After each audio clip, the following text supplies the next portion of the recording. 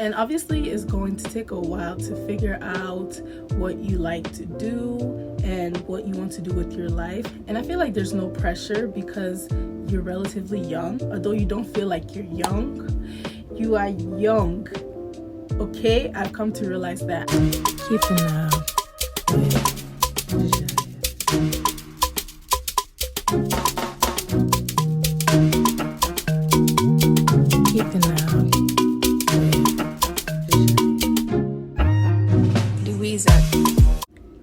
Hey family member, welcome back to our channel. My name is Jael. This is Keeping Up with Jael. If you're new here, welcome to the family. I make fashion, beauty, lifestyle, and commentary content, and sometimes I sew and do my makeup, and we just have girl talk. So if you're interested in any of those topics I just talked about, subscribe so you can be a part of the tribe. So if you don't already know, or if you cannot tell from the title, today I'm going to be talking about 5 things that I've learned in my 20s so far. So I feel like I'm 23 now, but I feel like from like 20 to 23 has been like 10 years because I'm like a sponge. I absorb a lot of things, and I don't know if that's a good or a bad thing, but I have a lot of experience, and to some that may be a good thing and to some that may be a bad thing, but these are my experiences and I hope you can learn a thing or two from them. Yeah. So one thing I want to just kind of give a background on is the most significant thing I've done in my 20s is start a business. Did I start a business at 20? Yeah, I started a business at 20. I mean, prior to that, I was running a blog. I am still running a blog, simplydelicious.com. When I talk about independence a lot, it's going to be based on me having run a business for close to 3 years now. That's key. That's key. So with that being said, number 1 is do not start something or do not do something because everyone is doing it. What I mean by that is don't do things because your friends are doing it. Don't start a business because your friends are starting a business. Don't go to school because your friends are going to school. Don't get a job because your friends are getting a job. Don't do anything because your friends are doing it, because you don't know what people's motivations are and you don't know why they are doing the things that they're doing. So you jumping into that, you comparing yourself to them, you doing what they're doing, there's no originality in that, and it's just why would you want to live through somebody's lenses or live through that person's experience when you can just be original and be yourself? My path may not necessarily be your path, and your path may not necessarily be my path. How I become successful does not mean that you're going to be successful that same exact way, and how you become successful does not mean I'm going to be successful the same exact way. Everyone on earth have different paths to follow in life. So if you're stuck following A because A is going to school and you're supposed to go start a business or learn a skill or do trade, you are lost, and you're going to be lost for a long time.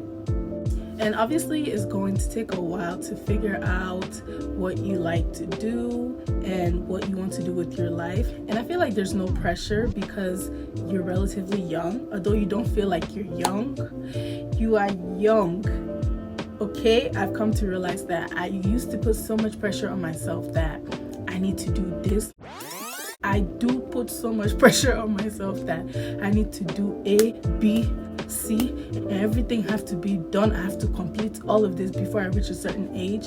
And it's just like, even if you don't do that, create the life that you would love to live right now.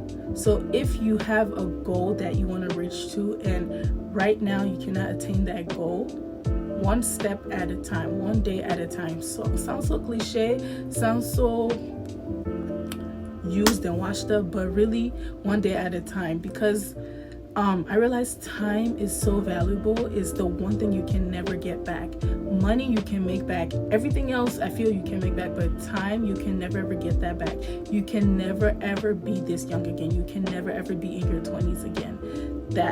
That's it. So if you waste your 20s doing things that you're gonna regret later, you're gonna have to live with that. So just make sure you're making decisions for yourself and that you're not following other people and you're living for you. Number 2, spend on experiences.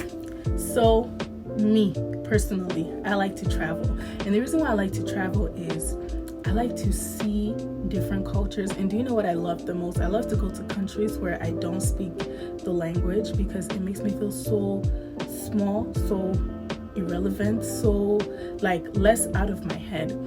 And when I realize that when I travel, I feel so happy, I feel so full, I feel so content. And those memories, like, you can treasure them for the rest of your life, as opposed to your everyday routine and all of that. And that's why I say it's important to spend on experiences. And it doesn't necessarily have to be travel, like going out to dinner, hanging out with your friends. I feel like whenever people hear spend, they always think of spend as money, but you can spend time, you can spend energy, you can spend knowledge. So the most valuable thing I believe I have in my life is time, and I spend that time with my friends and my family, and I also spend that time traveling and getting to see the world and getting to get to know people and stuff like that. It makes me so happy. It makes me so content. Like, I just love it. So number 3 is set realistic goals. I am somebody that's typically in my head most of the time. So coming into my 20s, the goals that I have set, like, very, very outlandish. For example, I said by oh Lord, I said by 22 I was gonna be a millionaire.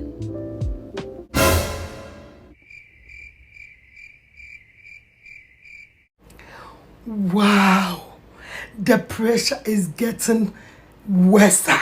Oh, because why are you putting unnecessary pressure on yourself? For whom? For what? For why?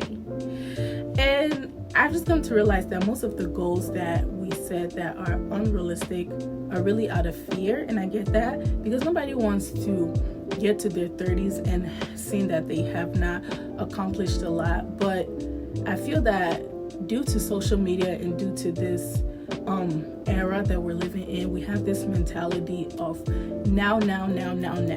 And to build the life you want requires time, patience, hard work. You cannot set a goal and tell yourself that you're going to accomplish that goal, especially if it's a big goal. Tell yourself that you're going to accomplish that goal in 2 to 3 years. If it's something big, it requires thinking, it requires time, it requires patience, and most of the time we don't want to do all of that. So when we set these goals and they're unattainable, we feel like we're a failure. You're not a failure. You're setting up yourself for failure by setting such high goals. And that's not to say you should never aim high in your life. Don't get me wrong. You're talking to the person that is always aiming high. Nothing ever satisfies me. I'm always wanting to do more.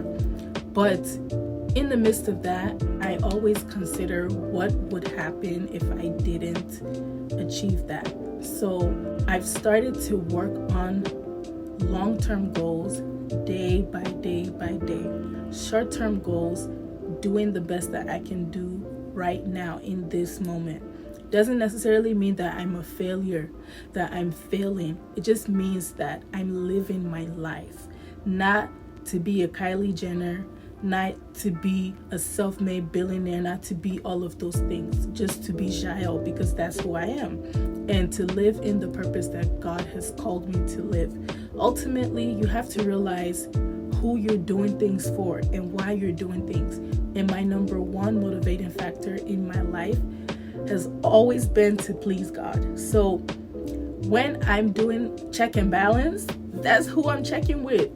I'm checking in with that man, because that's my daddy. That's the CEO. So that's who I'm going to. So figure out who the CEO is of your life. Who are you checking in with? If it's yourself, check and balance. What have you accomplished? What could you have done better? What is it that you're doing that you're not doing good? Don't compare yourself to A, B, C, D. So number 4 is love. love, love, love, love. I missed out on this for a huge part of my childhood into my teenage years. So far in my 20s, I've tried to be so intentional about loving people, how I love people, and how I accept love, and how I give out love. And I'm here to report that it has been a success because I've given out so much love and I've received so much love. I feel so full. I feel like I'm talking to my kids in Sunday school. I feel so full. And the reason why I feel so full is because when I look around me and I look at my circle is filled with people that I am happy with. People that I can close my eyes and do things for, and they can close their eyes and do things for me. When I look at my family, they're people that I'm happy with. When I look at my acquaintances, they're people that I'm happy with. And when I look at social media and who I follow and who follows me, all those things, they're people that I'm happy with, because I've learned to be accepting of love, and I've learned to give the love that I've received, and I've learned to just be open-minded about these things.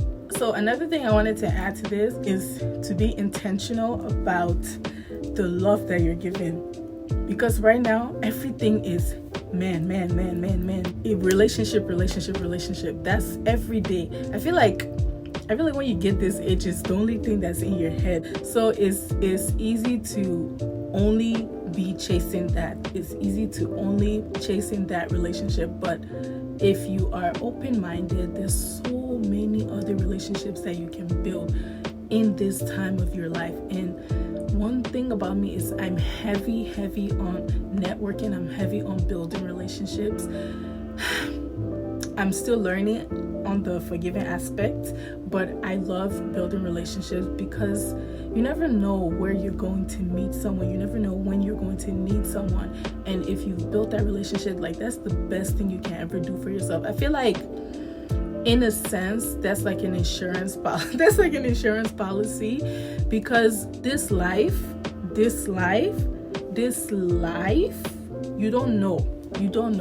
So it's always good to build relationships with people, even if you feel that you won't need them.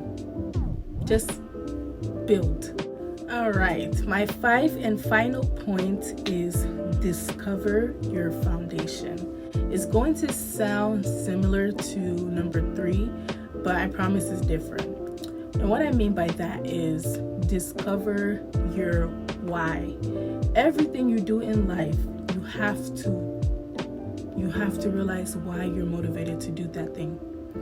Why you're working, why you're eating, why you're living. Discover your foundation. What is it that keeps you going? For example, I previously stated that when I do check and balance, I'm doing check and balance with God. So God is my foundation. Whenever I feel stuck, whenever I feel I don't have a reason anymore, that's who I go to. So who is your foundation? For some people, their foundation is their family. They genuinely just want to make their family happy. They want their family to have a good life. So most of what they do in their life is to please their family, is to make sure that they have it good. There's nothing wrong with that, but they've identified what their foundation is, and they can kind of build off of that. For some people, it's a dream that they have, and that dream fuels their entire life and fuels the decisions that they make in their life. They've discovered their foundation. So sit within yourself, ask yourself, what is my foundation? What is the motivating factor of my life? So yeah, that's it. Last, if you don't have a plan for your life, you don't know where your life is going, don't worry.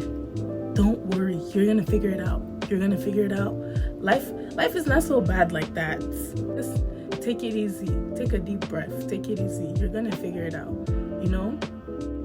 So that's all, family members. Thank you so much for tuning in today's video. If you've made it this far and you haven't subscribed, do not be an enemy of progress. Subscribe. That's all for today. I will see you in my next video. Until then, I love you so much. Bye-bye.